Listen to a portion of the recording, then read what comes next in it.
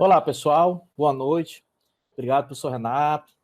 Obrigado, Trajane. Obrigado a todos que estão presentes aqui. É uma enorme satisfação ter sido convidado para participar desse projeto e hoje estar aqui com todos, né, transferindo, né, todo o conhecimento que eu adquiri durante toda a minha vida acadêmica. Isso aqui, né, é o papel do professor, que eu também sou professor, tá? É o nosso papel e agradeço.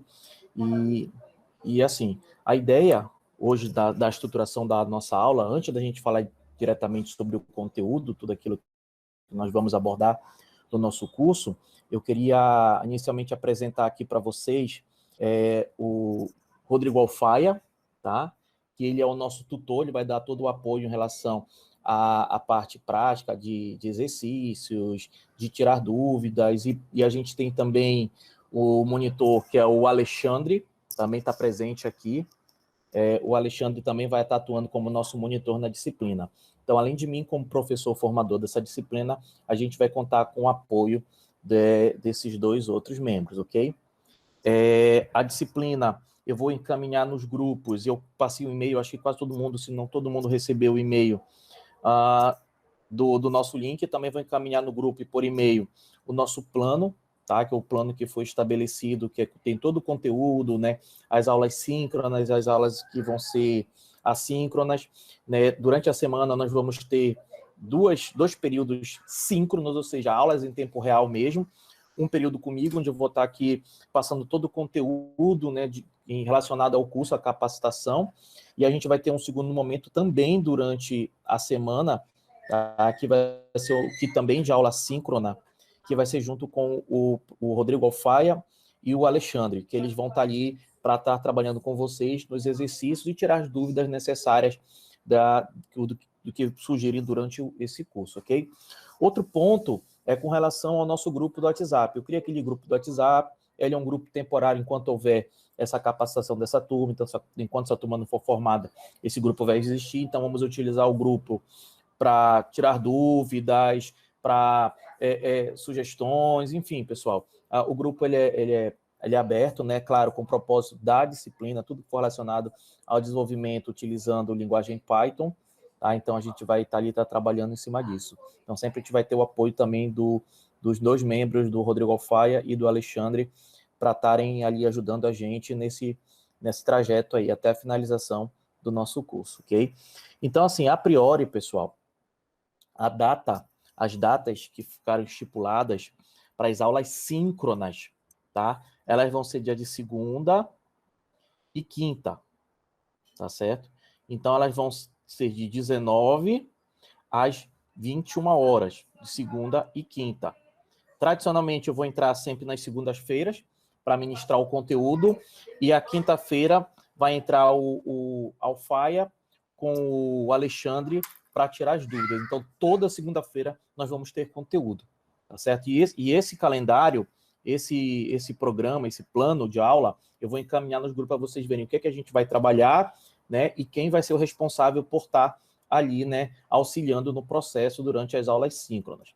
Nas aulas assíncronas, eu vou disponibilizar também alguns materiais, algumas aulas que eu já ministrei relacionados à programação, vou dar ali mostrando para vocês, disponibilizando até no próprio grupo os links, né? Alguns trabalhos, assim, no sentido de exercitar a programação, ok? Tudo vai ser com foco, de fato, no exercício da programação, né? A gente sabe que quanto é importante a gente exercitar para poder a gente ter o feeling, né, naquele sentimento e começar a se apropriar das técnicas, né, de programar e construir software. Então a gente precisa realmente sempre manter esse exercício. Então ali eu vou estar divulgando de forma assíncrona para vocês esses exercícios, vocês vão praticando, dúvidas, colocar no grupo ou durante as quintas-feiras que nós vamos ter esse encontro aqui com o Alfaia, né, e o Alexandre, ok?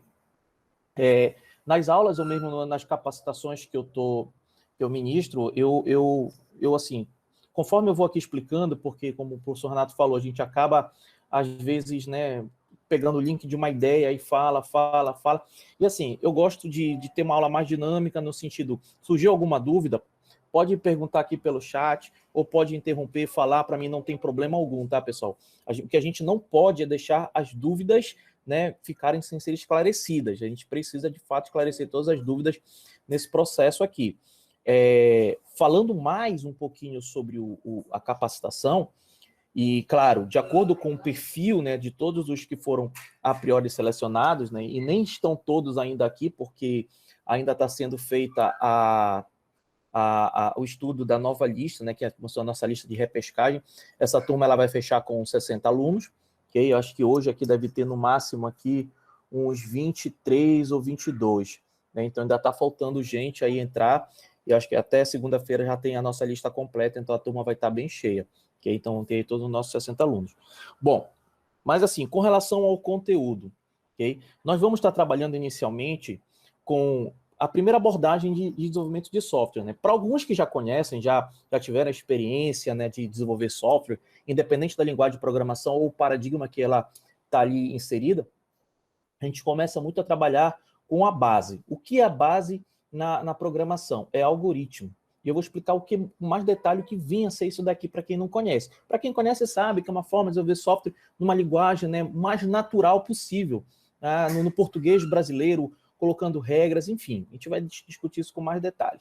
E a gente vai avançar bastante nesse conteúdo, nessa estratégia, que é uma estratégia universal de desenvolvimento de software, ok? Então aí a gente vai avançando, mas conhecendo os componentes, conhecendo as características, conhecendo todas as estratégias, os comandos necessários para se desenvolver software.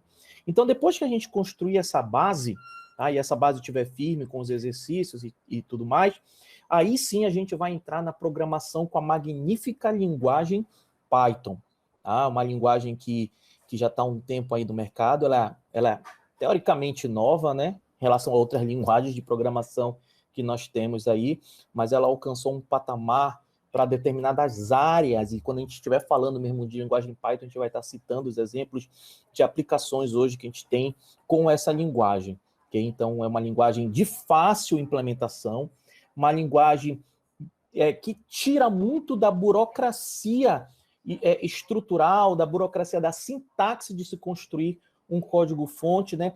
E a gente foca mais no problema, né? A gente não foca tanto na linguagem. Claro que tem que conhecer a linguagem, tem que conhecer os comandos, como organizar isso dentro da plataforma de desenvolvimento de software, mas assim, a gente vai conhecer mais assim como utilizar esses comandos básicos para atacar uns determinados problemas. Então, no final, a gente vai falar de Python, vamos falar de toda a parte básica, tudo aquilo que vai ter sido comentado em algoritmo, por exemplo, o que é uma variável, os operadores aritméticos, os operadores relacionais, né, e um pouquinho da tabela a tabela lógica, né, ou tabela verdade, né, claro, de uma forma bem mais resumida, e tudo isso, como é que isso vai se encaixar dentro de uma linguagem de programação?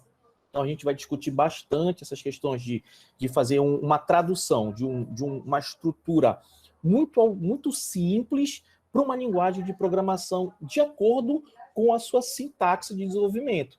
Tá? E lembrando que, eu sempre falo assim, é importante a gente não perder nenhum desses conteúdos, porque sempre a gente vai avançando e vendo uma coisa nova.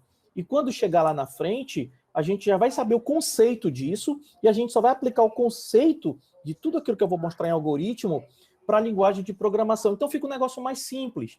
Então, quando eu falar para vocês, pessoal, vocês lembram que lá atrás eu falei que é um comando de saída? Olha, aqui em Python, o comando de saída, aí eu digo, mas o que é um comando de saída? Então, essas coisas a gente precisa realmente prestar atenção, tirar as dúvidas, para entender legal como é que a gente vai desenvolver software. E eu falo de cara, pessoal. Eu falo logo de cara. Desenvolver software não é uma tarefa trivial, tá? Mas se a gente seguir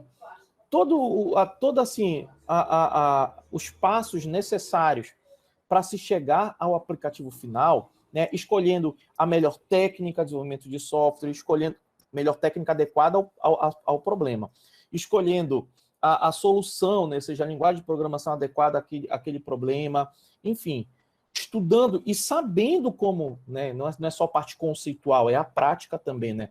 Sabendo como resolver de forma prática isso daqui, então aí sim a gente chega num software. Mas, assim, o que eu digo é, do dia para a noite eu consigo desenvolver? Dependendo, né? Dependendo do conhecimento e tal, consegue. mas pode não ser o software final, aquele software robusto, aquele software cheio de funcionalidade e que vai evitar, muitas vezes, um problema de inconsistências de dados. Tá? Então, do dia para a noite, eu tenho essa ressalva. Né? Você desenvolve uma coisa simples, muito simples, por sinal. Mas se eu quero fazer uma coisa robusta, leva tempo. Tá? E para isso, a gente primeiramente tem que aprender a desenvolver software. Primeiramente, tem que pensar como tirar as regras que a gente constrói na nossa cabeça quando a gente se depara com um problema, como é que a gente tira e coloca aquilo num código-fonte ou coloca aquilo ali numa folha de papel. Então, tudo isso a gente vai estar ali focando dentro da nossa disciplina para depois pegar isso tudo que foi ali colocado para vocês e aí sim falar de programação utilizando linguagem Python. A gente vai estar diretamente ligado a essa magnífica linguagem, uma linguagem que eu, assim, das linguagens de programação que eu já tive a oportunidade, tenho a oportunidade de trabalhar, né? Então, é uma das que eu mais me apaixonei, assim, em tão pouco tempo. Tá? Eu estou falando em torno de 5 anos, para mim é pouco tempo, né? Uma paixão de 5 anos aí, mais ou menos. Né? Então, assim, é muito legal essa linguagem, né? E ela realmente tem uma curva de aprendizado bem curta, e aí a gente consegue atingir o ponto para depois oferecer novos cursos, um Python avançado, trabalhando, por exemplo, com estruturas de repetição, modularização. Depois a gente vai ver as bibliotecas mais comuns e utilizadas em linguagem Python.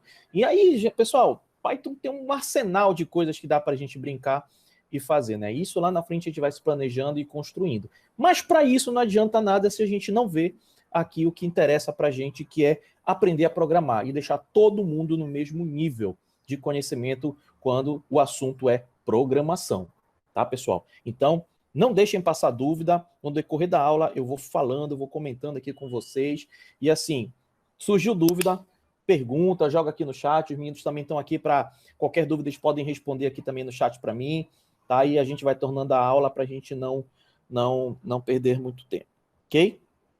Então, deixa eu ver se eu pontuei aqui tudo, tá? O período, ok? E o conteúdo. Pessoal, lembrem que no edital está claro lá as regras de aprovação, tá? Então, a gente vai ter esses exercícios, é importante todos participarem dos exercícios, vai ser muito importante, tá? E a gente vai estar monitorando essa questão dos exercícios. Nós temos a presença, que lá no edital a gente tem que ter 75% de frequência, tá? Nas aulas síncronas. Tá certo, pessoal? Então, se atentem que as normas estão todas estabelecidas no edital. E são as normas que nós vamos utilizar aqui para fazer o controle da nossa aula, tá bom? Então, qualquer coisa, entre em contato antecipadamente para a gente ver as alternativas, tá certo? Professor, que é o Patrick, deixa eu perguntar. Pelo que eu conheço um pouco de linguagem de programação, a maioria que eu conheço precisa de um banco de dados atrelado a ela, certo? O Python precisa? Não. Assim, quando Depende da aplicação. quando a gente fala de linguagem de programação, não estou falando de aplicação, estou falando de linguagem de programação, tá? Não há necessidade de ter banco de dados atrelado, tá? Eu posso trabalhar ali sem, que a gente chama, sem essa camada de persistência. Pessoal, às vezes eu estou olhando para o lado porque eu trabalho com 2 monitores. Aí, para olhar vocês, eu olho para o lado, tá? Desculpem, que eu vou tentar focar para cá. Então, assim, a gente não precisa dessa camada de persistência.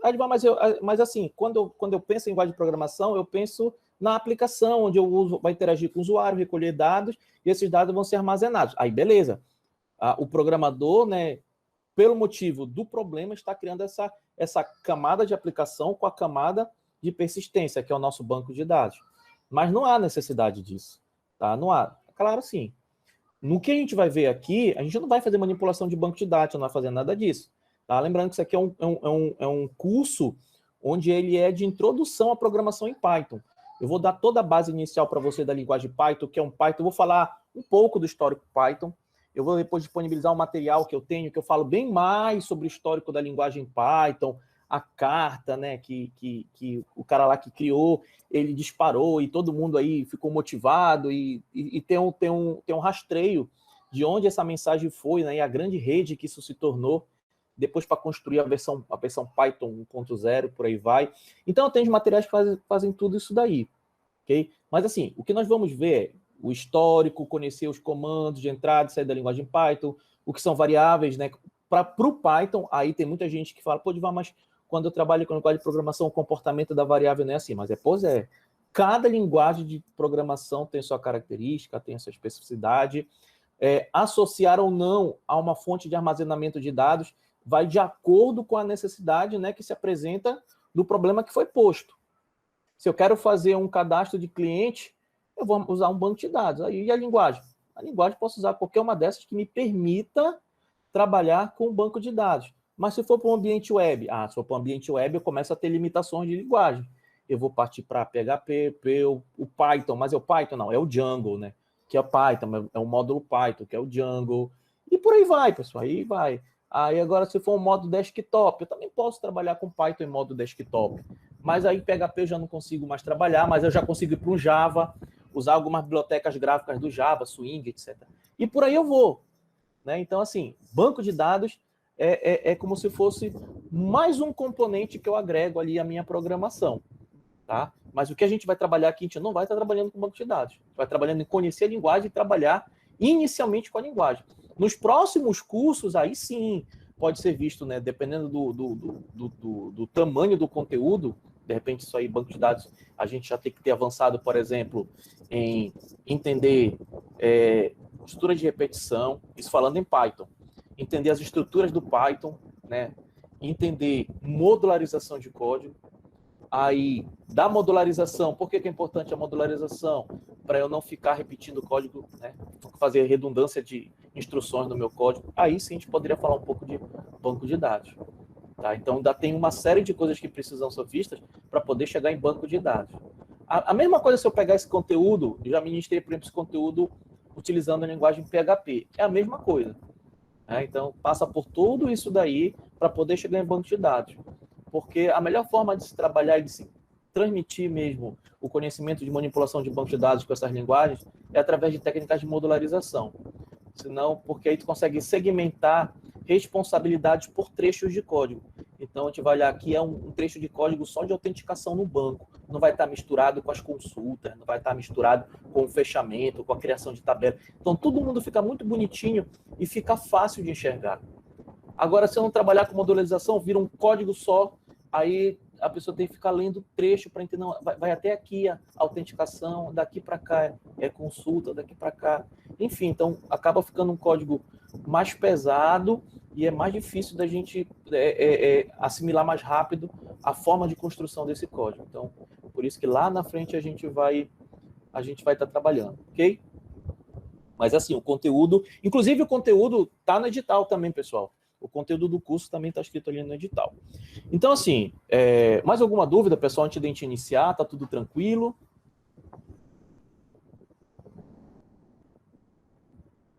As aulas completam suporte em Linux? Renato, as aulas completam suporte em Linux? Deve ser contemplam. Contemplam, né? Pessoal, assim, não. O que acontece? Isso aí já é lá na frente, tá? Mas eu vou antecipar aqui. Python é independente de plataforma. Como a gente chama, é multiplataforma. Né? Basta baixar o interpretador de comandos Python, que isso lá na frente a gente vai ver. Vou disponibilizar também esses vídeos direitinho para vocês. As IDEs, e como eu programo em Python? Aí eu também vou falar. Tem as opções offline, ou seja, que vocês baixam na máquina de vocês, e tem as opções online, né? Que é como hoje eu ministro para os meus alunos, tudo por online. Aí, dependendo, claro, do que eles forem fazer, a gente vai manipular arquivos de, sei lá, 20 gigas. Aí não dá. Aí tem que ser uma versão offline, porque na versão online aí não deixa tu carregar tudo isso para o servidor dele. Okay? Mas, assim, é independente de plataforma. Algoritmo é algoritmo. A não ser que tu queiras utilizar uma ferramenta que eu particularmente não utilizo, que é o Visual Alg, tá? Eu gosto mesmo de trabalhar aqui no entendimento do conceito de como se constrói um código básico, simples, né, no formato de receita de bolo, tá? Utilizando um lápis ou uma caneta e um papel. No caso de vocês que estão com um computador fazendo no Word, né, no TextPad, no bloco de notas, ou se quem tiver no Linux, por exemplo, está usando aí algum Nano, está usando aí um Emacs e por aí vai, ou qualquer um desses editores. Tá? Isso aí depende, porque a gente vai estar trabalhando com uma escrita natural. E quando chegar no Python também depende, porque o comando que eu coloco para Windows, ele funciona no Linux e ele funciona em qualquer outra plataforma que o Python dê suporte, porque ele é multiplataforma. Tá? Então não me preocupo com isso daqui. Muitas linguagens de programação, elas perderam essa exclusividade de sistemas. Né? Então, por exemplo, assim, é muito difícil a gente encontrar uma linguagem de programação, as utilizadas, né, que só funcionem no Windows. E as .NET? É outra coisa, né? A C Sharp, o novo ASP, né? O ASP.NET e por aí vai. Mas aí já é um outro propósito, tal. Foco na própria plataforma Microsoft, né? Mas PHP, que a gente vê assim, PHP, o Python, Perl, ainda tem muita gente que usa Perl,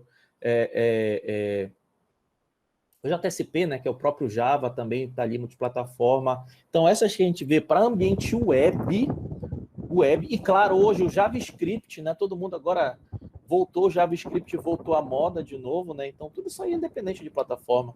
A gente não tem que mais se preocupar com isso daí, olhando esse ambiente web. Tá? Ambiente desktop, se eu pegar as mesmas e com o módulo dela para construir componentes gráficos, é a mesma coisa, Java, Python, etc. e tal. Não tenho preocupação com isso aí, não. Tá? Deixa eu ver aqui se tem mais alguma pergunta.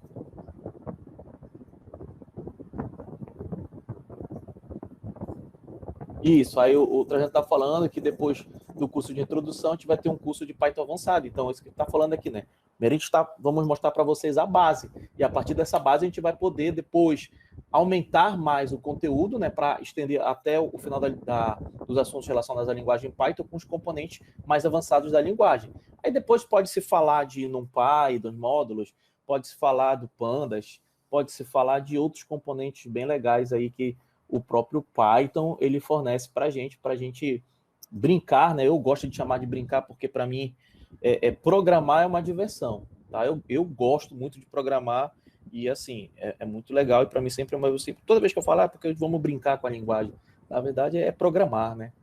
Mas é porque assim a gente tem que estar de mente aberta, saber que os passos iniciais não são fáceis, mas com o devido treinamento, o devido exercício da programação, a gente ganha, né? Ganha conhecimento, inclusive, sobre o que a gente está fazendo de errado dentro do processo de programar. E eu acho que esse é um dos principais ganhos que a gente tem, é entender o que há de errado quando a gente está codificando um software, né? Saber ler, saber ver o que está ali de errado, uma instrução errada, até a sua sintaxe, né? Ou a sua escrita errada, para poder corrigir isso daí, tá? Quem pensa que programador nunca erra, né? Por mais avançado que seja, erra, pessoal. Erra.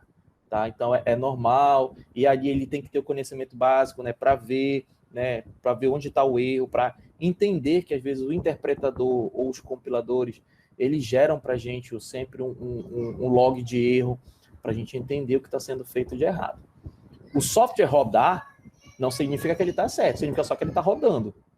A gente tem que analisar muito essa questão do que ele realmente, se ele está tendo no propósito que foi construído, foi imaginado, foi pensado. Né? Se eu estou construindo um software para gerenciar um braço mecânico de algum processo de automação e no máximo ele pisca o LED do braço e não está gerenciando, não está manipulando o braço, né? Não significa dizer que ele resolveu o problema, ele não resolveu nada. Ele está rodando, tá. Né? Que o pessoal fala até do meus alunos, falei, pessoal, mas se eu mandar para você rodando, você vai considerar alguma coisa? Ele falou, aí eu pergunto, mas ele vai estar fazendo o que eu pedi? Pessoal, não sei. Falei, se ele fizer o que eu pedi, sim. Agora, se ele não fizer o que eu pedi, não é um software que atendeu a expectativa do usuário, do contratante, tá? Então, assim, a ideia, no final, é a gente ter o conhecimento, por exemplo, desse curso, o conhecimento todo em cima da linguagem Python, e a partir da linguagem Python, por exemplo, usar os módulos de inteligência computacional. Então, com os módulos de inteligência computacional, o céu é o limite para vocês. Eu vou poder usar todas as técnicas que existem aí, que os módulos do Python implementam. Então, poder usar redes neurais, vocês vão usar redes bayesianas, usar árvore de decisão. Gente, pode usar uma infinidade de coisas. E com Python, inclusive, dá para fazer integração com plataformas como, por exemplo, R. Né? Então, com R, vocês lá no R também tem essas implementações dessas técnicas de inteligência computacional, vocês podem utilizar principalmente a parte estatística do R. Né? Então, assim, depende muito. Por exemplo, aqui, o pessoal de cartografia, que é um dos cursos que eu ministro, e na disciplina eu passo para eles fazerem classificação de imagens.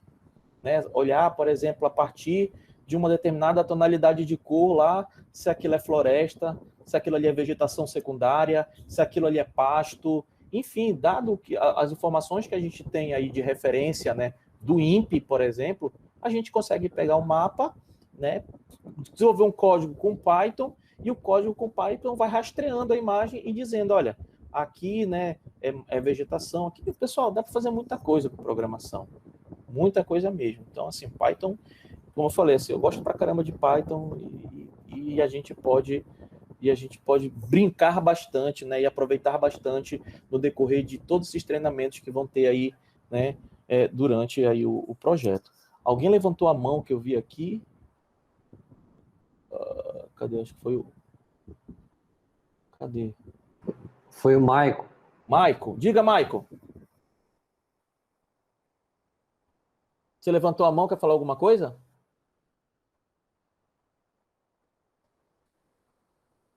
Tá no mudo, Maico.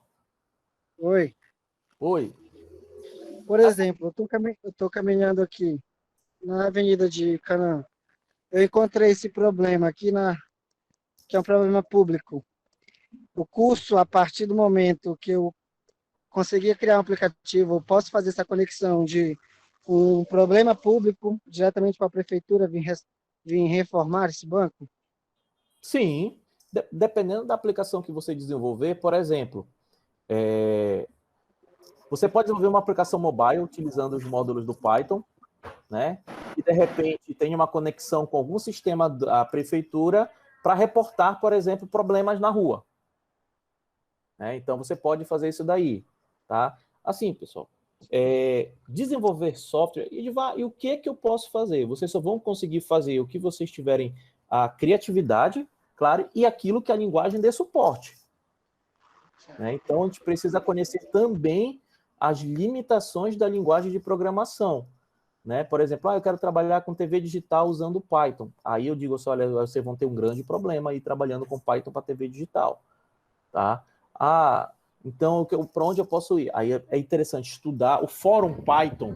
Né? Lá o pessoal inventa tanta coisa lá, tem tanto, digamos assim, software ou módulos sendo desenvolvidos. O GitHub armazena muito disso daí. Pessoal, programadores que fazem o quê? Que ficam fazendo software e deixam lá para quem quiser depois baixar e fazer uma customização, uma alteração. Então, tem muita coisa, pessoal. O pessoal inventa muita coisa. Software de rastreio de promoção. Tem software que faz rastreio de promoção. Ele cadastra os sites, cadastra o produto e o software fica ali, né, em tempo real, sempre verificando se aquele produto, né, se ele aumentou, se ele baixou. E quando ele baixa de valor, ele notifica o desenvolvedor, olha, baixou. Aí o cara vai lá e compra, né, o produto. Então, pessoal, tem tanta coisa que vocês podem fazer, né? Aí vai da criatividade e do suporte que a linguagem te dá. Tá? E claro, hoje em dia eu posso ter uma comunicação entre duas linguagens diferentes. Eu vou ter que usar aí no meio algum sistema de comunicação, um middleware, alguma coisa, entendeu? Para poder fazer comunicação. Mas eu posso ter plataformas diferentes, implementadas com linguagens diferentes, né, que se comunicam, sem problema nenhum. Aí eu posso utilizar web service, pode usar qualquer coisa aí no meio para fazer o quê? Para fazer a comunicação entre essas plataformas. Aí, mais uma vez, eu dependo muito também da infraestrutura, que isso é importante. A infraestrutura que eu tenho para poder implementar. Tá?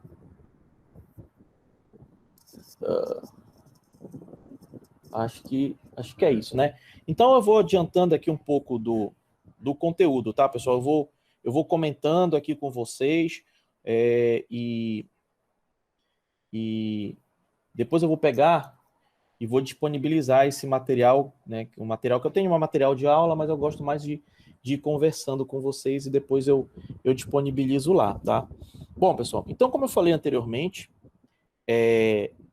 a ideia aqui é a gente, primeiramente, construir a base e deixar todo mundo, né, no mesmo nível, no sentido do nosso ponto de partida.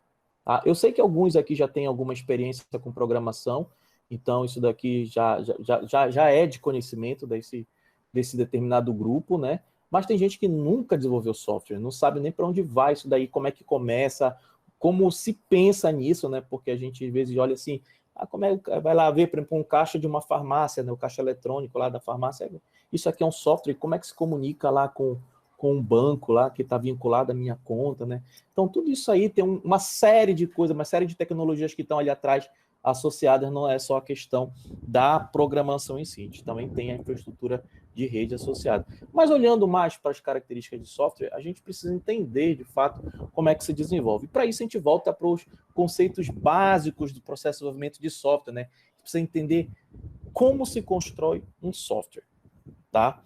Primeiramente, pessoal, o que a gente tem que ter atenção é, toda vez quando se solicita o desenvolvimento de software, porque alguém está necessitando resolver um ou vários problemas que estão associados. Sempre parte dessa premissa, né? Ninguém desenvolve um software porque quer desenvolver sem o propósito de resolver um problema. Isso aí não existe, tá? Então sempre tem isso aí, essa questão associada. Beleza. Então a primeira coisa que a gente tem que saber é qual é o problema? E saber num nível de detalhes mínimo, assim, né? Então, saber, conhecer do início ao fim o problema que foi proposto para vocês, tá? Então, assim, não adianta só ter aquela vaga, né? Aquele vago conhecimento de, não, mas isso eu acho que se resolve assim e a partir daí desenvolver software. Isso não existe, tá, pessoal? Eu vou colocar uma experiência própria minha com relação, na época da minha graduação, acho que foi um software que para mim foi que realmente evidenciou muito isso de conhecer no nível de detalhes, né, bem grande o que é desenvolver software, ok? Na época da minha graduação, na disciplina de programação, o professor, ele pediu, olha, o projeto final do curso de vocês é livre, porém, eu não quero. Aí ele trouxe assim para uns 15 itens que ele não queria lá. Não quero o sistema universitário, não quero o sistema de biblioteca, não quero o sistema de padaria, não quero...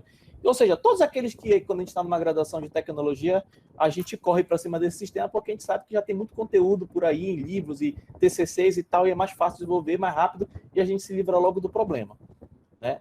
Então, todo mundo aqui tem que pensar numa coisa assim, diferente para poder ser no projeto final de desenvolvimento. E além do projeto, tinha que desenvolver mesmo software, né? Aí e agora? Como é que a gente vai fazer, né? Eu montei um grupo, lá eram no máximo 3 pessoas, e aí um dos meus colegas falou assim, cara, eu moro do lado do cemitério, bora fazer um sistema de cemitério? Aí eu falei, um sistema de cemitério, isso é muito simples, cara, é só cadastrar lá o morto na cova tal, acabou. E determinar um limite. Aí falou assim, não, cara, eu acho que é diferente. Eu falei, não, cara, é isso mesmo, não tem muita coisa não. Aí nós resolvemos, né, ir até o local, até o cemitério, para falar com a administração do cemitério.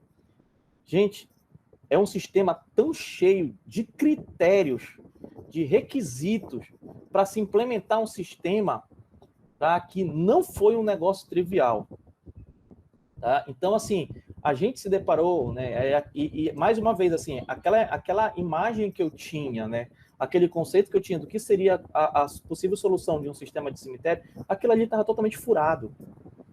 Depois que a gente começou a fazer entrevista, levantou as documentações, né, de como é que se... aí, dependendo do tipo, né, de enterro, pode ser aqueles no chão, aqueles de gaveta, e por aí vai, pessoal. Então, cada um tinha uma estratégia diferente. Não era um negócio trivial, né? E assim a gente estudou todo o processo, né? Isso levou pelo menos aí uns 2 a 3 meses estudando só, levantando tudo aquilo que poderia ser uma característica do sistema que a gente ia implementar, entendeu o sistema como era, mostrou para os usuários finais, nesse é o melhor teste, pessoal, usuário final.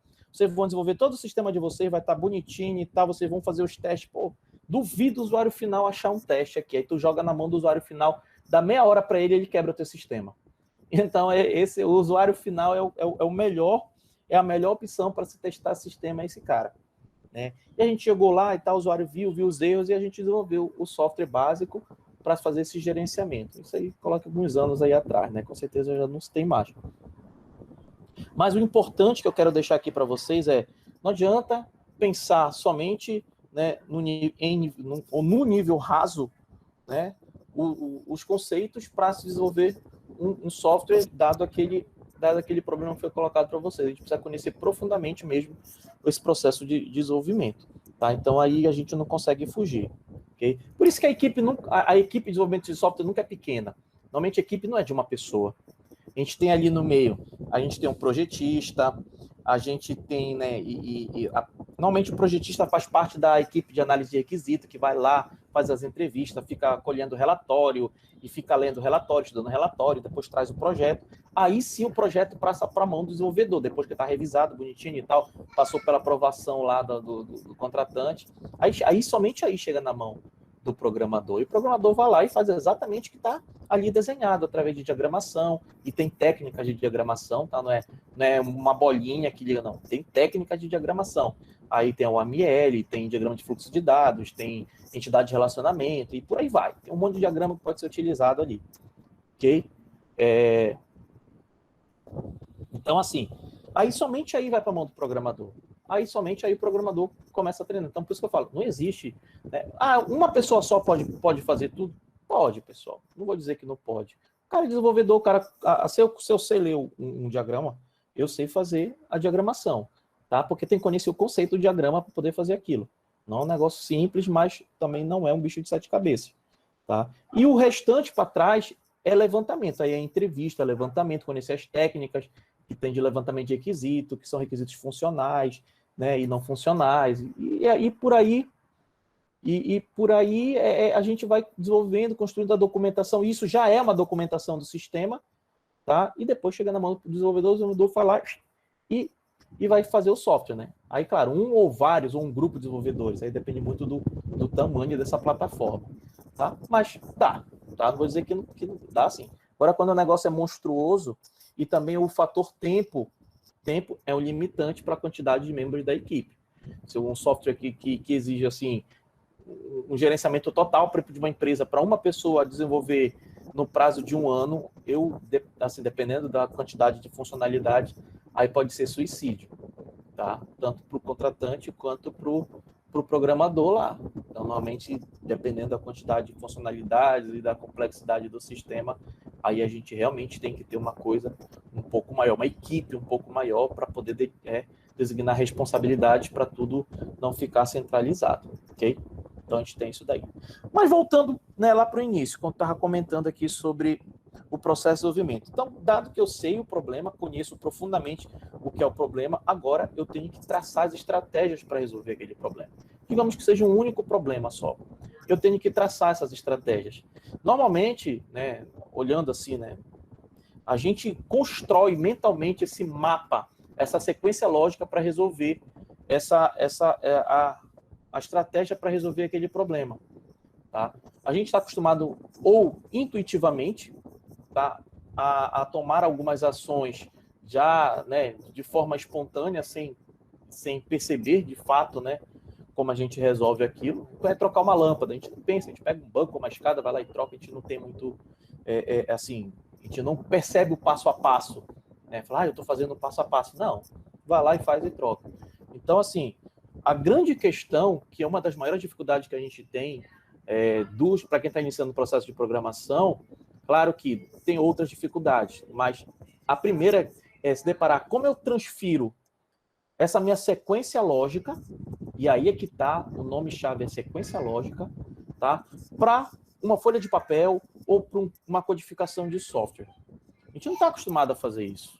A gente não está acostumado a traçar estratégias, né, e colocar numa folha de papel para resolver alguma coisa. Mas desenvolvimento de software é isso. Né? Eu vou pegar um problema em especial, digamos que eu tenho 1 milhão de problemas, eu vou pensar como eu resolvo aquele problema, e depois que eu penso na solução, claro, sempre penso na solução, evidente, e eu tenho que perceber a estratégia, né, e a sequencialidade lógica que eu tenho para fazer o quê? Para resolver aquele problema. Pego aquele negócio que eu pensei e jogo para uma folha de papel.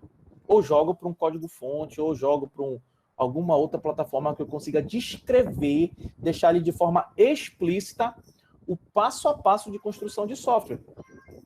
Esse é o V0, pessoal, do processo de desenvolvimento. Se eu não conseguir colocar isso de uma forma finita e sequencial, tá? Se eu não conseguir fazer isso, pode ter certeza, eu posso conhecer todos os comandos e saber o que cada comando de uma linguagem de programação faz, mas se eu não souber construir essa sequência, vocês não vão chegar à implementação do software. Isso aí é fato, isso é fato. Tá? Então, a primeira coisa que eu digo para vocês é, mais uma vez, conheçam o problema. Depois, mentalizem a forma de solução daquele problema. E outra coisa, ou uma pessoa ou várias pessoas, ninguém pensa igual. Ninguém pensa igual. Se eu lançar aqui digamos assim, olha, troca de lâmpada. Tem gente que vai pensar formas diferentes de resolver, e as formas podem ser a nível de detalhes. Tem gente que pode acrescentar detalhes na sua estratégia. Tem gente que pode dizer, não, simplesmente eu levanto de onde eu estou, eu pego a escada, né, vou lá, tiro a lâmpada queimada, desço, pego a lâmpada nova, depois eu vou lá, subo a escada, coloco a lâmpada nova e desço a escada e guardo a escada. Tem gente que vai dizer isso. Tem gente que vai dizer assim, eu pego a lâmpada nova, coloco no bolso, né, pego a escada, coloco a escada, subo, né, chego na lâmpada, como é uma lâmpada de bocal, eu vou desenroscar a lâmpada queimada, coloco no outro bolso, né, pego a lâmpada nova e coloco, enrosco ela lá. Ou seja, cada um tem uma estratégia diferente de resolver software, resolver isso daí. E o nível de detalhes, o que é que vai impactar no meu código-fonte? Ele vai impactar num tempo maior de processamento, tá?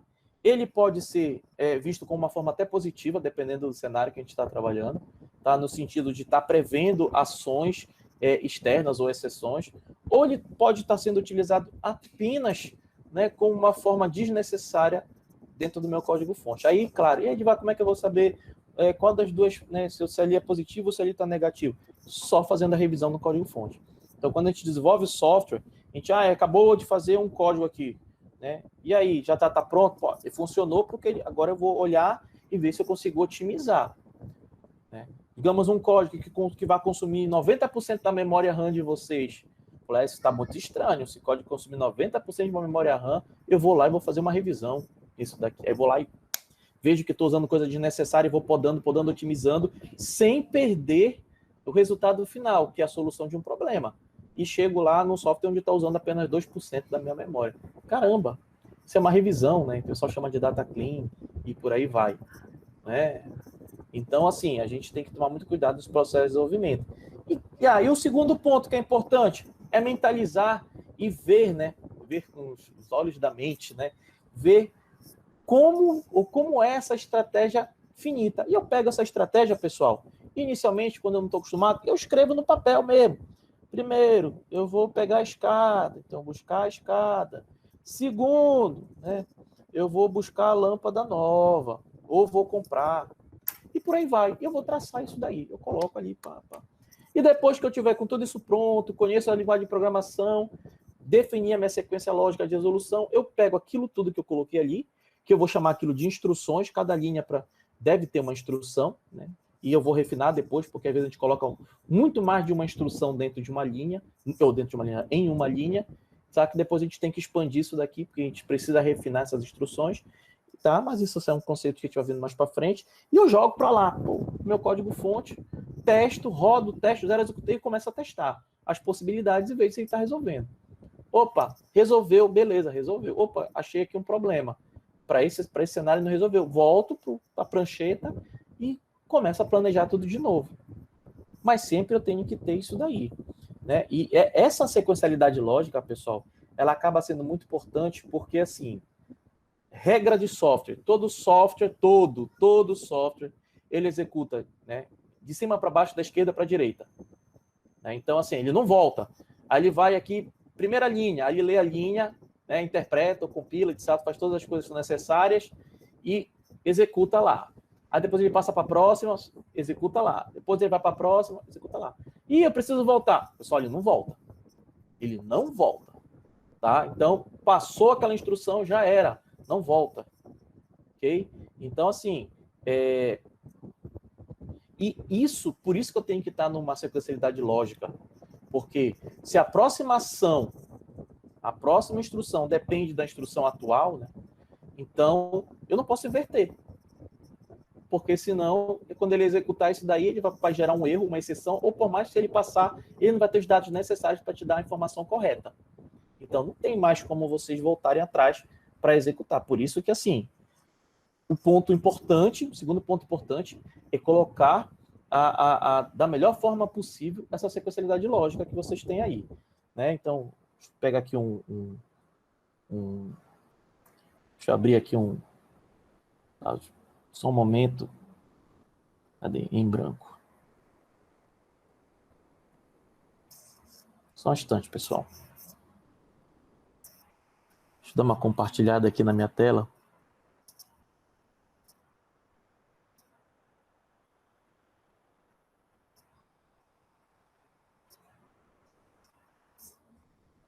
Deixa eu ver aqui. Só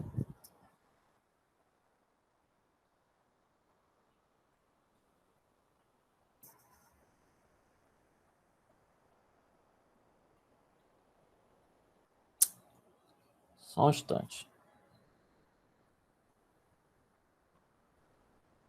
Então, por exemplo, se o usuário chega lá para você e diz assim, ah, não, eu tenho que resolver uma operação matemática, né? Então, de dois valores, uma soma de dois valores. Então, você vai colocar, pô, a primeira coisa que eu tenho que fazer aqui é buscar os valores, né? Pedir ou buscar os valores. Tá? Então, essa é a primeira coisa que eu vou fazer, tá? Desculpem a letra, tá, pessoal?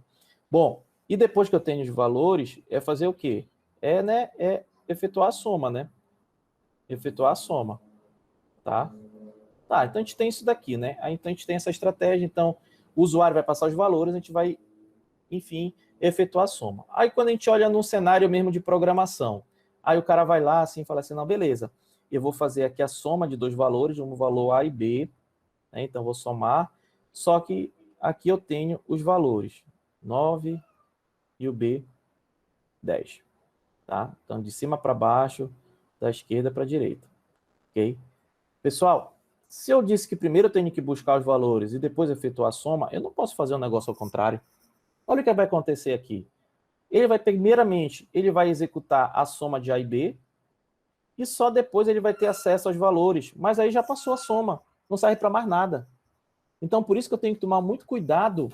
Eu tenho que tomar muito cuidado quando eu começo a determinar a minha sequencialidade lógica, no momento que eu for codificar isso daqui, tá?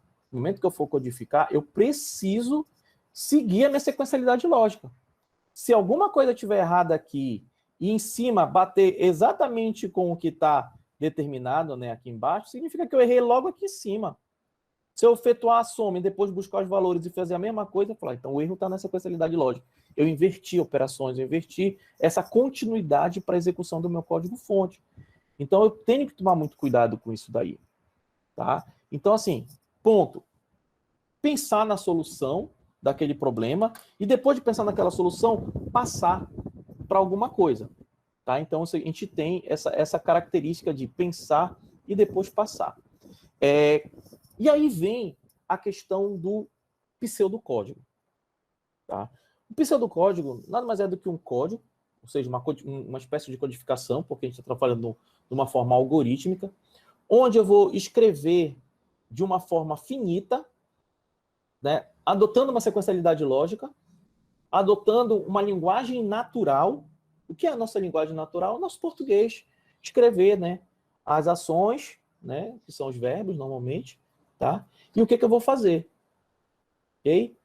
E a partir daí, revisar aquilo que vocês estão fazendo para ver se realmente, se aquela estratégia que vocês escreveram, que vocês programaram, né, vou chamar agora de programação, por mais que seja numa linguagem algorítmica, se aquilo que vocês definiram ali realmente atende ao propósito, né, do que foi colocado para vocês. Okay? E aí a gente tem o nosso pseudocódigo. Quando a gente trabalha muito nessa área de algoritmo, a gente tem formas de desenvolver. O pseudocódigo é um deles. Tá? Mas a gente tem, por exemplo, deixa eu passar aqui.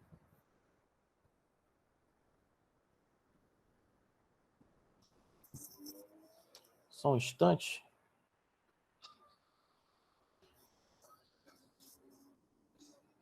A gente tem, por exemplo, essas três formas de construir, digamos assim, o nosso algoritmo. A gente pode trabalhar com essas formas de componentes gráficos, que é o diagrama de fluxo, né, onde a gente tem ali estruturas de decisão, ações, o fluxo, iniciando, terminando, a gente tem uma série de componentes que a gente pode utilizar aí. A gente pode utilizar nessa forma de tabela, que é o diagrama de Nash-Schneidman. Então, a gente tem ali, a gente consegue também trabalhar com as ações, com decisão. Ou a gente pode trabalhar com o pseudocódigo, que ali a gente tem uma linguagem natural e todas as três, né, alcançam o mesmo nível. Isso daqui, pessoal, tá, são exemplos que a gente tem de programação ou de forma de se trabalhar, né, algoritmo. Né? E assim, eventualmente, ou mais frequentemente, na verdade, a gente trabalha muito na forma algorítmica.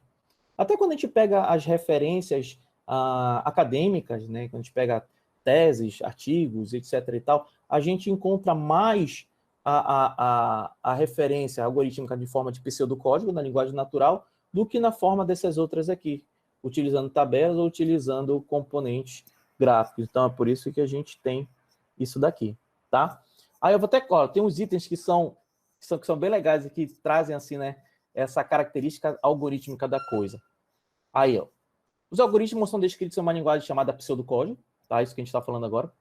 Ela é uma alusão à posterior implementação, uma linguagem de programação. Pessoal, algoritmo não depende de linguagem de programação. Tudo aquilo que eu estou colocando, estou traçando estratégias, estou traçando até mesmo assim desvio, que depois a gente vai ver assim que os desvios de fluxo, que é estruturas de decisão, por aí por diante, tá? Isso tudo que a gente vai estudar em algoritmo tem em qualquer linguagem de programação. Tá? Então, assim, na verdade, as linguagens de programação têm mais elementos, né, ou comandos, ou instruções, do que a gente consegue enxergar dentro de algoritmo, mas nada do que a gente não consiga traduzir e implementar lá dentro. Né? Então, por exemplo, algumas operações, por exemplo, se eu for tirar um fatorial, em algoritmo não tem uma função fatorial. Né? Eu tenho que implementar como se resolve o fatorial em algoritmo. Mas se eu chegar numa linguagem de programação, não, lá já tem, então não precisa nem bater na linguagem e implementar como se calcula o fatorial. Então já tem isso pronto lá, só vou utilizar a biblioteca que ele tem. Passo o valor para ele calcular o fatorial, ele vai lá e calcula o fatorial para mim. Né? Ou qualquer outra funcionalidade. Então, assim, o algoritmo é uma coisa mais simples, uma coisa mais crua, que a partir daí, né, a propósito dele, a partir daí a gente aprende a programar. Depois disso, daqui a algum tempo, por exemplo, vocês já vão ter todo esse sentimento, né? Já vai estar mais fácil essa questão de trazer, né? De transportar a sequencialidade lógica das ideias para uma folha de papel, ou etc. Daqui a pouco vocês vão estar fazendo aquelas traduções imediatas para uma linguagem de programação. Então, daqui a pouco, vocês pensarem no comando de saída, escreva, já vão saber que no Python é print, então já vai pensar em print logo. Não vai nem estar pensando mais no português brasileiro, tá? Aí o algoritmo, outra vantagem que ele tem, como ele está numa linguagem natural, né, então ele é muito mais fácil de interpretar, né, e é fácil de codificar porque está na linguagem natural. A gente vai adotar algumas regrinhas lá na frente que é bem importante a gente padronizar, tá? A gente padronizar a forma de se desenvolver, né, os nossos pseudocódigos. Então a gente tem que padronizar para não ficar tudo malucão, né? Todo mundo fazendo uma forma diferente. Apesar que não existe regra que diga que não pode fazer isso. Mas como a gente está aqui, todo mundo, né, para poder a gente tirar as mesmas dúvidas e estar padronizado, inclusive, se houver dúvidas em relação a isso daí. Tá? Mas não existe regra que diga, não, essa forma é a certa, a forma é errada. Tanto é que a gente vai pegando literaturas da área de desenvolvimento de software, cada um tem uma forma diferente de traçar, né, os seus componentes, os seus comandos da forma algorítmica. Então, todo mundo tem isso daí. E ele é o intermediário entre a linguagem falada, né, que ele fala assim, e a linguagem de programação. Então, isso aí é muito importante para a gente ter. Deixa eu sair daqui. Deixa eu descartar. Ok? Então, a gente tem essas características aí, pessoal, que elas são bem importantes com relação ao algoritmo, tá? Outro ponto que a gente deve levar em consideração aqui é quando a gente constrói algoritmos, a gente tem que seguir até ter uma receita de bolo, assim, bem básica. A gente deve descrever a sequência de instruções de maneira simples e objetiva, tá? Então, assim, as ações, elas vão estar muito relacionadas pelos verbos, né? Então, vou buscar, vou recuperar, eu vou, sei lá, bater em alguma coisa, vou beber alguma coisa, né? Vou andar. Então, assim, né? Solicitar. Então, cada linha é interessante que ela permaneça com apenas um verbo que defina uma ação.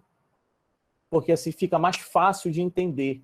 Porque quando tem duas ações, quando tem duas ações e estão associadas, é difícil entender quem vai ser executado primeiro.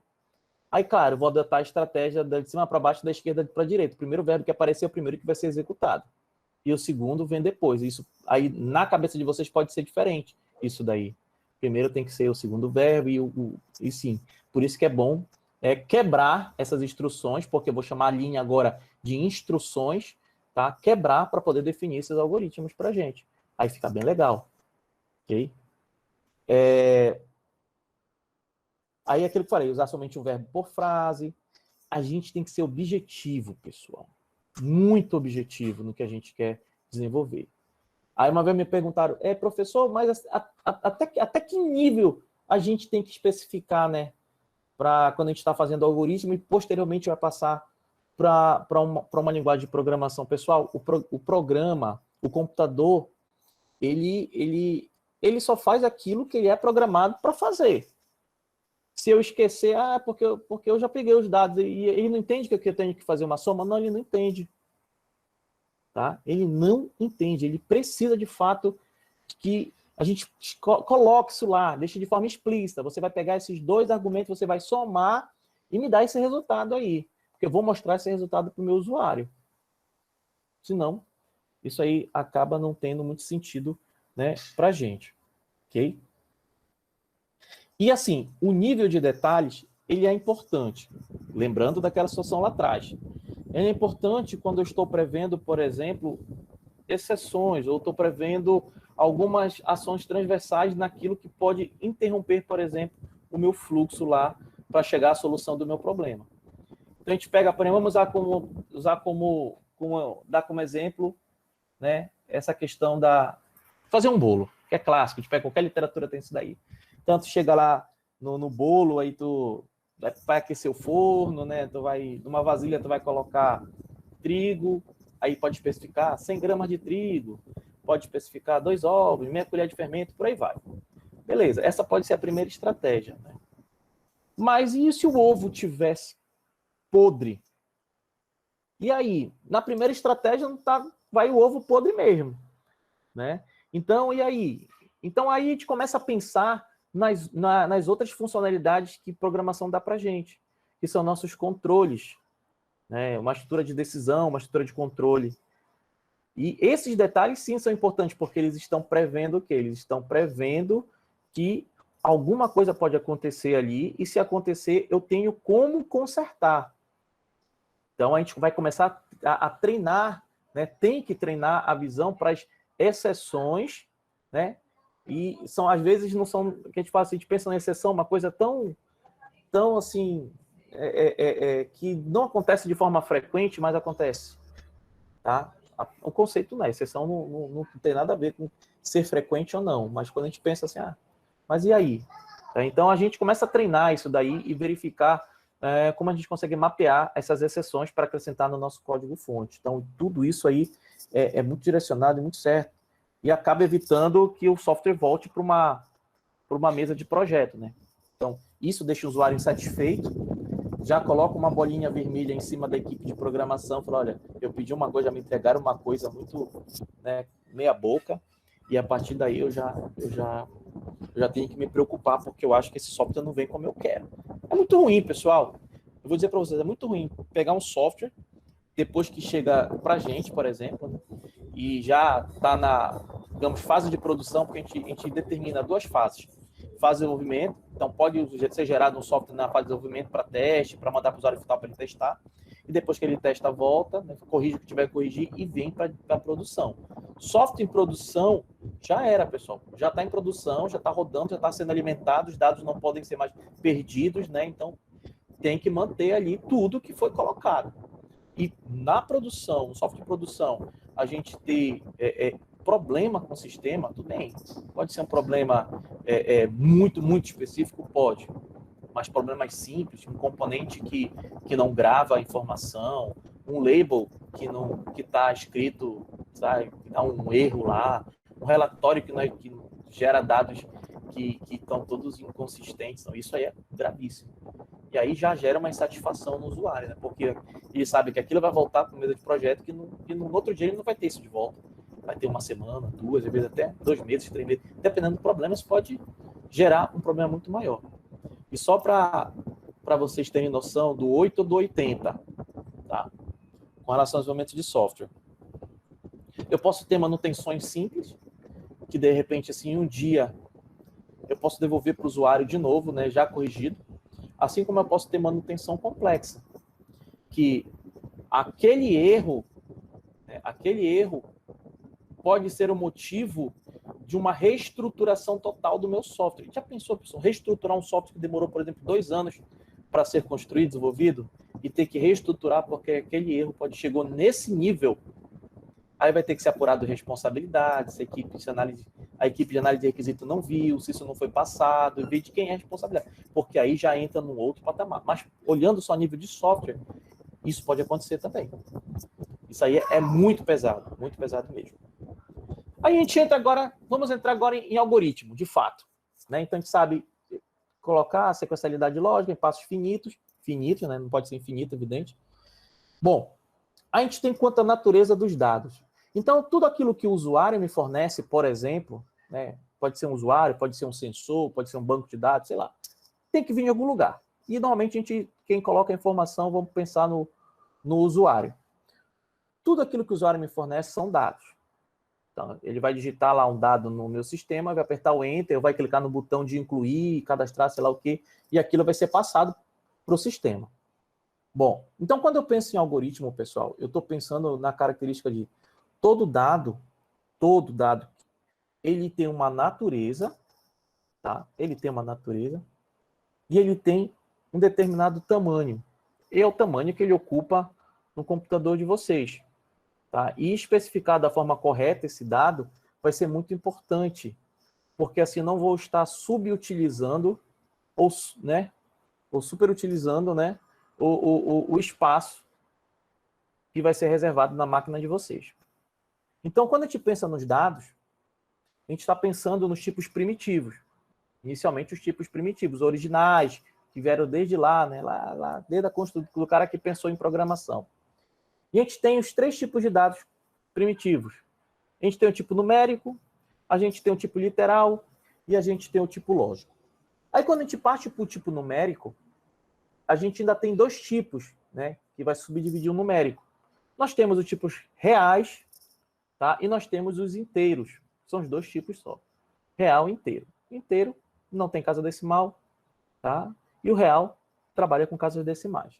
Aí quando a gente vai para uma linguagem de programação, pessoal, linguagem de programação, se vocês pegarem a linguagem de programação C, por exemplo, que tem tipagem, então lá, além dos primitivos, tem os derivados, que é do tipo de array, que é tipo de os inteiros não nulos, então vai ter os inteiros de uma faixa maior, porque assim, a Diva cobre todos os inteiros. Não cobre todos os inteiros, não. Tem que ver, porque existem faixas.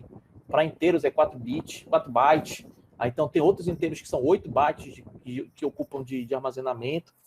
Tem os reais, que também tem o número de casas decimais, né? E se eu preciso de um maior número de casas decimais para trabalhar com precisão de dados, eu preciso trabalhar com outro tipo de real, aí vai para os double, tá? Então, de acordo com a linguagem de programação, eu tenho isso daí, eu tenho os seus tipos, e eu preciso conhecer os tipos que a linguagem me entrega. Cada linguagem tem o seu, né, a sua lista de tipos, tá? Mas olhando no algoritmo, a gente vai deixar as coisas mais simples. A gente vai ter esses tipos aqui, só o inteiro, o real, tá? O literal, e vamos ter o tipo lógico. Esses 4 tipos só que a gente vai trabalhar por enquanto aqui em algoritmo.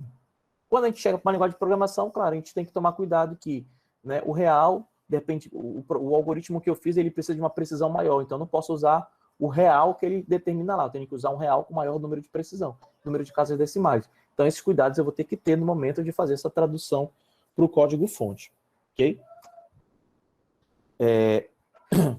Bom, aí a gente chega assim, ó, tipo de dados, né, Do tipo, eu vou falar dos literais primeiro, tá? Eu vou abrir aqui uma telinha de novo para falar aqui dos literais. Ok? Deixa eu só dar uma branco aqui.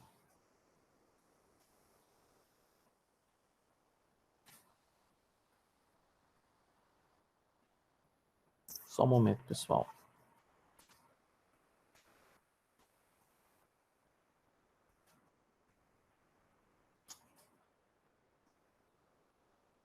E Edivar, enquanto tu compartilha aí, a Adriane fez uma pergunta aqui no chat. Tu estás conseguindo ver o chat? Aí, eu tô com a apresentação aberta, aí ele desaparece para mim. É que ela está perguntando aqui se complex também é um tipo numérico. Esse complexo é de que linguagem? Eu não conheço esse tipo.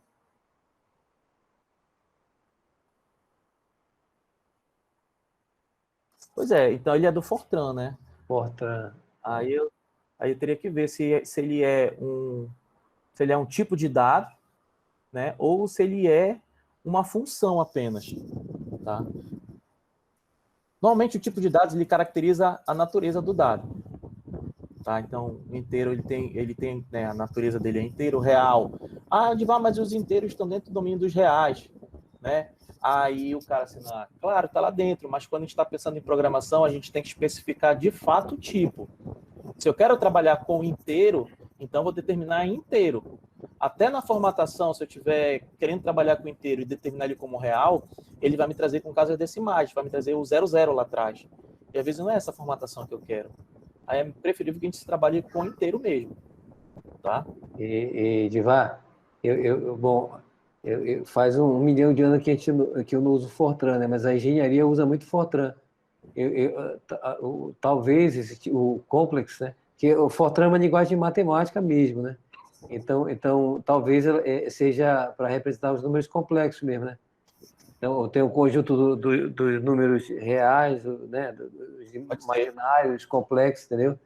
E talvez o complexo seja um tipo, né, Se for ao pé da letra, assim, de variável para escrever, né? Valores complexos, né? Do conjunto dos complexos, né? Então pode ser. Como eu não conheço o Complex, e eu, claro, usei muito pouco de Fortran na minha vida, tá? Muito pouco mesmo. Aí eu não arriscar. Eu não vou nem falar mais aqui, que senão o Edival vai dizer, pô, mas isso aí era na década de 80 que vocês usavam. Que a gente usava Fortran para paralelizar os códigos lá. Isso aí é o pessoal de 100 anos para trás. Ela respondeu que é exatamente a Adriane aqui.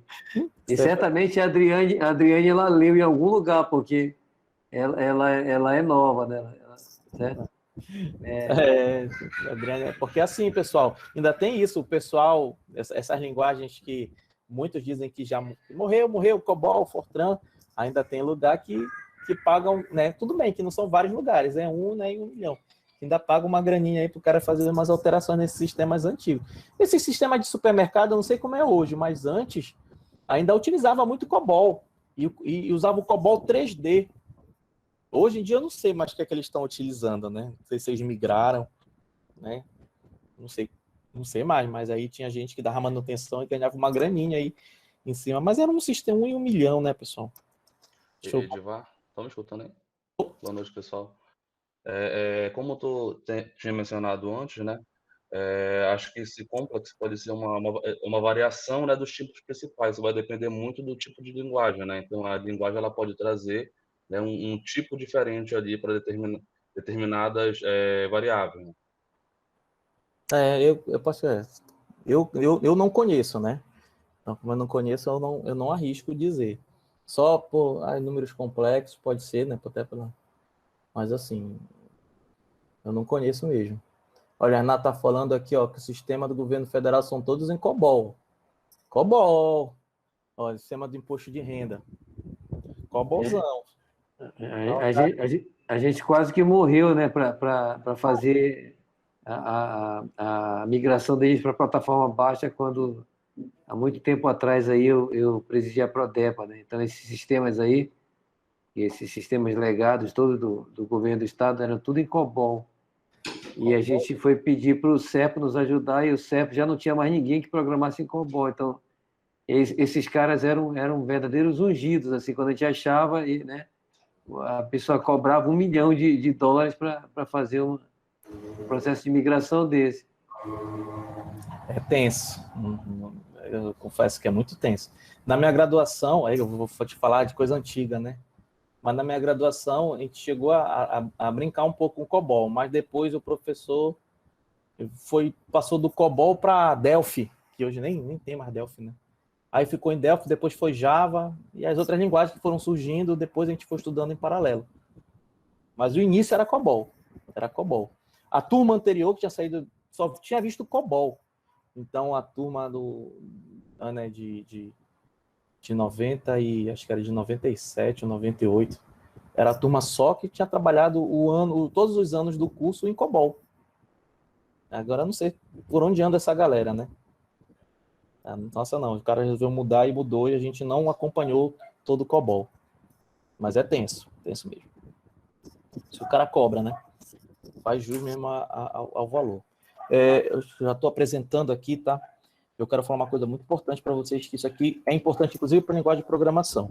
Por isso que eu vou antecipar aqui os tipos literais. Então, assim, toda vez que a gente está trabalhando com o dado, eu vou falar de dado propriamente dito, tá? A gente tem os tipos literais. Então, a gente tem os tipos literais, e os literais, eles podem ser do tipo caractere, ou seja, um único caractere, uma letra A, uma letra B, um símbolo desse especial aqui, né, um jogo da velha, um arroba, um percentual, etc e tal, um número de 0 a 9, um único caractere, tá? E a gente tem uma variação dele, que é cadeias de caracteres, que muitos gostam de chamar esse carinha aqui de string, tá? Muitos chamam de string. String. Quando fala string, é que é um conjunto. Então, por exemplo, Edvar, por exemplo, Renato, Alfaia, Adriane, Daphne. Então, é uma string completa, ou seja, vários caracteres unidos formando uma cadeia. Por exemplo, o melhor time do estado, Remo. Então, tem isso, é uma cadeia de caracteres, tá, pessoal? Bom, mas assim, olhando para os tipos literais propriamente dito, eu tenho o seguinte: toda vez que eu quiser representar um dado e dizer que aquele dado é do tipo caractere, ou eu vou usar uma aspas simples né, no dado, ou vou usar né, aspas duplas, um conjunto de aspas duplas. Então, por exemplo, Edvar ou Edvar. Tá? Isso daqui, para mim, quando eu enxergo isso daqui, tá? Quando eu enxergo isso daqui, representa para mim um dado do tipo caractere, independente se está com simples ou está com dupla. Normalmente, com código-fonte, né, a gente percebe muito o pessoal utilizando aspas duplas. Externamente, aspas duplas. Tá? Então, a gente percebe muito isso daqui. Então, por exemplo, se eu chegar assim para vocês, ó, eu tenho aqui esse cara, eu tenho aqui esse cara, eu tenho aqui, por exemplo, esse cara, tá? E eu tenho aqui, por exemplo,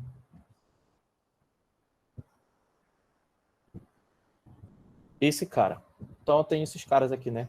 Escrevi meio torto, mas tá aqui, a sequência é essa. Então, se eu olhar o 9 aqui, ele é um tipo de dados numérico. E eu digo que ele é do tipo inteiro. Tá? 9 do tipo inteiro. Se eu olhar esse cara bem aqui, eu digo que ele é do tipo literal. É um caractere. Por quê? Porque ele tem aspas. Então, mas ele é um número? Não. Ele é um caractere.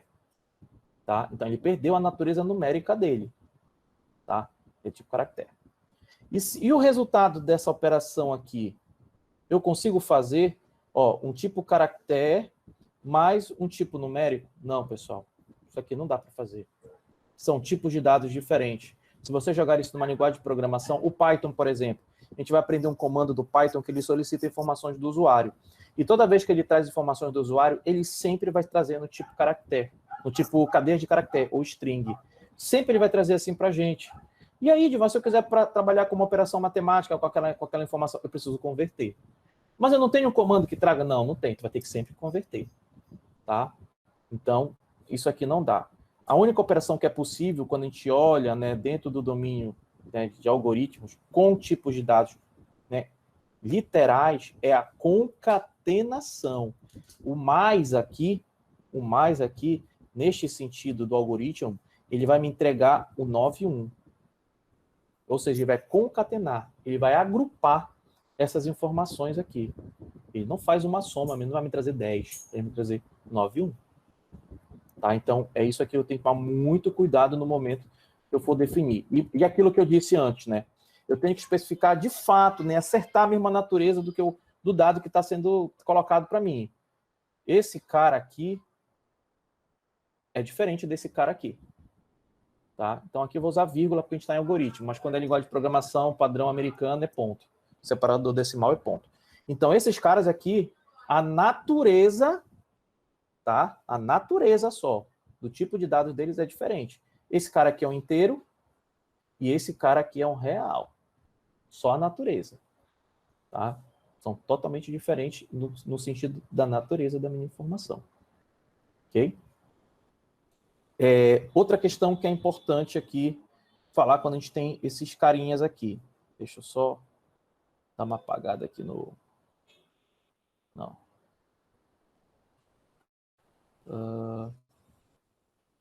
Pronto. Outra coisa que é importante. Então, nós temos os literais, né, que nós temos o caractere, nós temos as cadeias de caractere, mas sempre eu vou olhar ele como literal. Então, coloquei literal, está lá. Nós temos os numéricos. Aí sim eu tenho divisões diferentes, que eu tenho inteiro e eu tenho o real, tá? E nós temos um carinha que é o tipo lógico, tá? O tipo lógico, pessoal, na verdade ele está mais focado nos resultados que ele pode gerar para mim, ok? Ou ele vai me gerar o tipo verdadeiro, tá? Ou ele vai me gerar o tipo falso. São os dois tipos que ele vai gerar para mim de resultado. E onde é que eu vou usar isso daqui? Esse tipo lógico. Eu posso usar quando eu quero, por exemplo, fazer que uma estrutura de repetição fique fazendo iterações, ou seja, fique realizando os seus saltos ou realizando a sua contagem de forma infinita. Então, eu posso usar um tipo lógico lá com valor verdadeiro para gerar para mim esse resultado. Eu posso gerar o tipo verdadeiro para ser um controle de alguma ação, quando aquela ação proveniente do usuário. Quando o usuário muda a ação, ele gera um resultado falso e quebra, por exemplo, a continuidade do meu código-fonte. Em estruturas de decisão, a gente usa muito o resultado e não a variável do tipo lógico. Quando a gente for chegar lá em estrutura de decisão, a gente vai ver que é importante ter um único resultado lógico para poder decidir para onde o fluxo do código vai. Mas, assim, a priori lá é o resultado e não a variável que está sendo utilizada. Mas esses são os 3 tipos que a gente vai ter aqui. Os dados, né, propriamente ditos, que nós vamos ter aqui quando a gente trabalha com os dados propriamente ditos das variáveis, né, que a gente vai entender daqui a pouco o que são as nossas variáveis. Deixa eu só voltar aqui. Edivar, enquanto tu volta aí, né, e eu estou lendo aqui o chat, eu acho que foi o Paulo Chaves que escreveu, né, aí, que é os famosos booleanos, né, certo? Uhum. De fato, né, assim, o lógico, né, na linguagem de programação inicial, ele é binário, né, ou ele é verdadeiro ou ele é falso, certo? Isso. Vocês vão se deparar lá na frente, quando vocês forem programar para inteligência artificial, uma outra lógica chamada de lógica difusa, né, certo? Que é a lógica fuzzy, onde a gente não tem decisões binárias, certo? Então, a gente tem relatividade entre os extremos. Então, tipo tons de cinza, né? Então, pode ser muito quente, né? Morno, frio e muito frio. Então, a gente tem 5 possibilidades de resultados e não 2, né? Ou é quente ou é frio. Essa lógica aí, que é chamada de lógica fuzzy, ela é usada e muito, né? Em aplicações da indústria, certo? Automação, né? Automação basicamente não usa lógica binária, que é essa lógica que o Edivar está apresentando, né? E que o Paulo Chaves aqui falou, né? da lógica booleana, tá? Ela usa a lógica fuzzy, né? Que é a tradução literal aí de nebulosa, né? Ela não é uma lógica binária. Lá em IA, quando a gente for ver o curso de IA, eu espero que muitos de vocês estejam aqui, esse é um dos paradigmas da IA, tá? Enfim, Edvar, só para enquanto tu estava trocando aí de slide, tá? Valeu. Tá, de boa. Bom, e a gente tem aqui, só para a gente fechar a aula de hoje, a gente tem alguns outros que nós chamamos assim, que são complementares aos tipos lógicos. A gente vai utilizar muito, principalmente quando a gente estiver trabalhando com as construções das regras lógicas para tomar decisões, que são nossos conectores lógicos. Nós temos os conectores e, o ou, e nós temos um que faz, o papel dele é inverter o resultado lógico, que é o não, né? Uma negação do resultado lógico. E esses carinhas vão ser importantes porque quando a gente começar a construir as decisões e quiser fazer agrupamentos de testes, para a gente não evitar o encadeamento, que a gente vai entender que é uma hierarquização de código, a gente pode simplificar usando esses conectores, tá? E assim, eles vão ser importantes porque existe uma tabela, eu vou colocar aqui essa tabela para vocês, tá? Para a gente entender um pouco disso daqui. Claro que só mais na frente vai ficar mais claro quando a gente entrar de fato aí com ai meu Deus, a estrutura de decisão. Por enquanto, vou mostrar aqui a tabela só para a gente ter noção aqui um pouco do que eu estou falando, tá? Então aqui, pessoal, são esses carinhas que eu tenho, os operadores para mim. Tem o e, aí dependendo da linguagem é and, ou pode ser uma simbologia, o C usa uma simbologia diferente. O Python não, usa o and e o or, e o not, né? Então, assim, dependendo da linguagem, pode ser um ponto de exclamação, aqui o pipe, né? Que é aquela barrinha em pé, o pipe duplo, e aqui os dois E comercial, se fosse, por exemplo, na linguagem C. Mas a gente não vai ver linguagem C, a gente está vendo Python. Bom, então aqui, por exemplo, eu quero testar, né, um conjunto ou um par de valores, por exemplo, e eu também quero testar outro par de valores. Em vez de fazer encadeamentos para testar o segundo só depois que testar o primeiro, eu posso unir esses dois caras, né? E essa união, essa junção, eu tenho que entender se realmente elas são obrigatórias, assim, os dois, né, serem verdadeiros para que o meu resultado tenha um desvio necessário, para o desvio correto, ou basta que um seja.